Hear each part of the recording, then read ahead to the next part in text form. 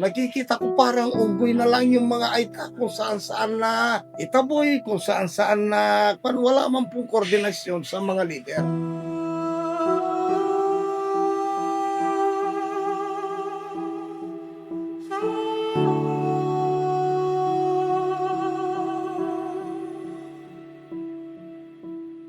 Mabigat ang paglalarawan ni Mang Oscar Rivera, isa sa mga lider ng Aita sa Bamban Tarlac sa naging karanasan umano ng kanilang komunidad habang lumalawak ang development sa New Clark City. Sa mataas na vantage point, kapansin-pansin ang dalawang mukha ng lugar. Sa isang bahagi, mga bagong kalsada, infrastruktura at lupang inihahanda para sa industrial development. Sa kabila naman, mga bukirin, ilog at komunidad na matagal nang pinagkukunan ng kabuhayan ng mga magsasaka at katutubo sa Kapas at Banban. May natural na daluyan ng tubig at irigasyon na nagsisilbing mahalagang suporta sa agricultural production ng mga komunidad. Para sa mga katutubo, hindi nila otomatikong tinututulan ang development. Ang kanilang tanong, kasama ba sila sa pagpaplano bago ito makarating sa implementation? Kami naman po hindi namin hinahadlang yung project ng gobyerno kung nakakabuti naman sa amin. Pero kung kami mismo napapasama kami, o kahit yung gobyerno naman, isipin naman nila, tao rin kami na may karapatan at tao rin kaming nabubuhay. Isa pang agam-agam ang mga trabahong maaaring likhain ng industrialization ay hindi otomatikong nangangahulugan ang mga katutubo ang maapektuhan ang siyang makikinabang.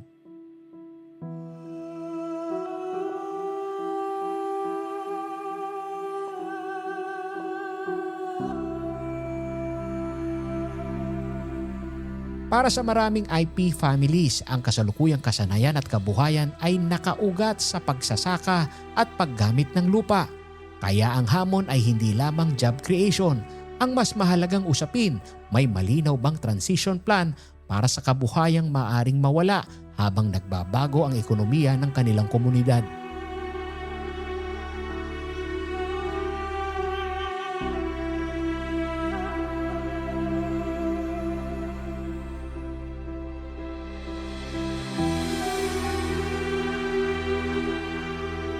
Sa pagpupulong ng mga lider ng katutubo, isa sa kanilang binibigyan diin ang Ancestral Domain Sustainable Development and Protection Plan o ADS-DPP, ang development framework na mahalaga sa pagpaplano para sa ancestral domain at kinabukasan ng indigenous cultural communities. Ayon sa mga lider na nakausap ng CLTV 36 News, kailangan nilang mas malinaw na maunawaan kung papaano iniuugnay ang kanilang sariling development priorities sa mabilis na pagbabagong nangyayari sa paligid ng kanilang komunidad. Kahit sabihin pang hindi direktang tatama sa ancestral domain ang isang proyekto, para sa kanila, kailangang pag-usapan ang indirect impact sa lupa, tubig, access at kabuhayan. Kilala lang naman po na katuwang tayo sa pag-unlad yun yung hinihingi po natin, kaya gusto po natin ng ADS-DPP discussion forum o kung anong paraan na gagawin po ng NCIP na ang ADS-DPP ay madiscuss sa atin. Ancestral Domain Sustainable Development Plan. Paano yun? Kailan ginawa yun? Tapos nasa implementation process na tayo. At within 1 year lang ay mag-ooperate na daw po sila. Itaboy mo hila apo na malyari, hilay mapanira ni luta, mapangamkam. Sa Barangay O'Donnell sa Kapas Tarlac, makikita mula sa himpapawid ang lawak ng produktibong lupang sakahan. Kasabay nito ang pagpapalawak ng road network at iba pang infrastructure development. Sa ilang bahagi, ayon sa mga lokal na opisyal at magsasakang nakausap ng news team, may mga lupang sakahan ng dinaanan o naapektuhan ng heavy equipment.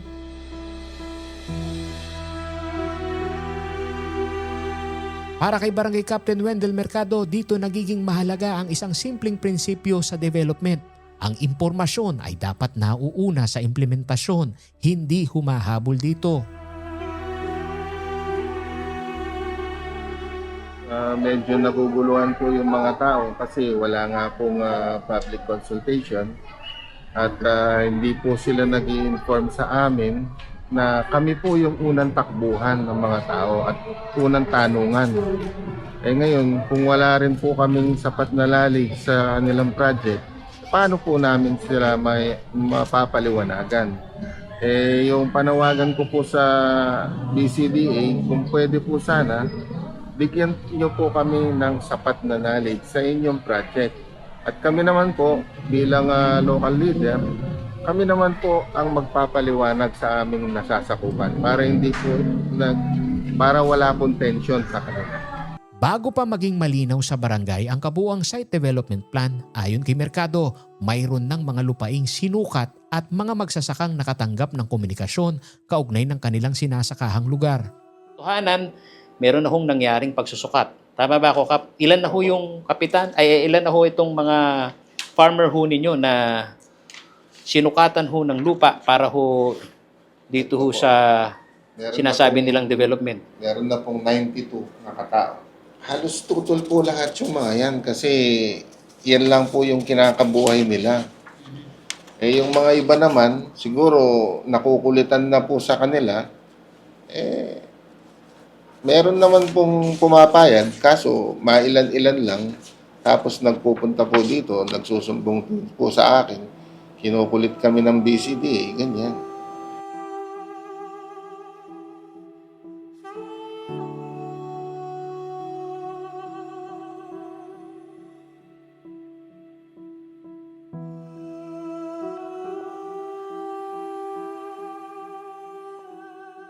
Dito pumapasok ang mas malaking economic question. Hindi maikakaila ang ambag ng Central Luzon sa industrial growth ng bansa. Ang Clark Economic Ecosystem ay tahanan ng manufacturing, aviation, logistics at electronics-related industry habang patuloy na itinutulak ang rehiyon bilang mahalagang bahagi ng Luzon Economic Corridor.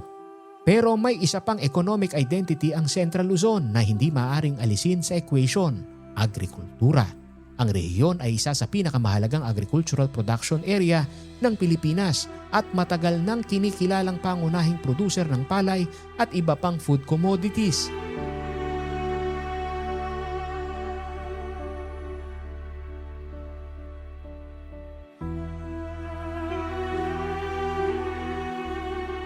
Kaya para kay Pampanga Business Circle Senior Fellow Rene Romero na matagal nang nagsusulong ng investment at regional economic development, hindi sapat na ipaliwanag lamang kung gaano kalaki ang investment. Kailangan ding maipaliwanag umano sa publiko kung ano ang industrialization policy, sino ang makikinabang at paano pamamahalaan ang social at economic displacement na maaaring kaakibat nito. Sa tagal na ko nang na-involve sa pagmamarket natin sa Pilipinas para mag-imbita ng mga foreign investors dito, palagi ang dami nilang binabanggit na inadequacy, kakulangan ng ating bansa. Wala tayong malinaw na policy pagdating sa industrialization. Para sa business sector, valid ang pangamba ng mga komunidad dahil ang resistance sa investment ay maaari ring lumakas kapag ang publiko ay kulang sa impormasyon at pakiramdam ng mga apektadong sektor ay hindi sila bahagi ng proseso.